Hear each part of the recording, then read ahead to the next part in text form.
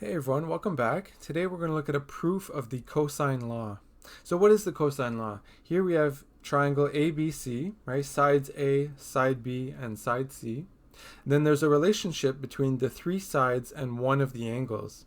And so here's our first variation here. A squared equals B squared plus C squared minus 2BC cos A. Other variation, B squared equals A squared plus C squared minus 2AC cos B. And third variation here, C squared equals A squared plus B squared minus 2AB cos C.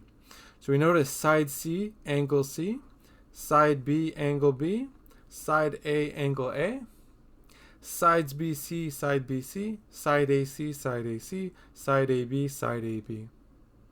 So let's start the proof. So first we're going to have our triangle here, ABC like that. This is A, this is side C. And we're going to have H going down the middle, perpendicular. And so we have all this being B. So we're going to call this little section X. And then what remains is B minus X on this side. So from triangle BCD, we have X squared plus H squared gives A squared. So we're going to write that down there.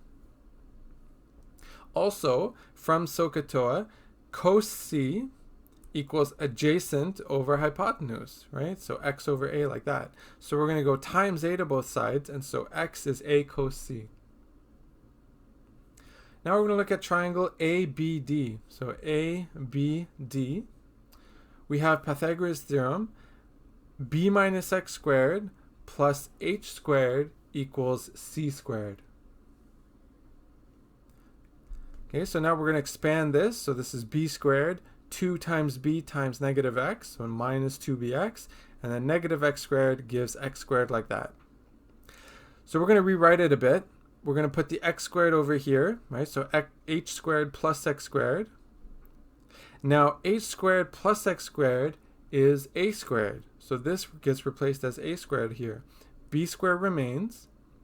Minus 2bx, we know that x is a cos c, so we plug that in like that.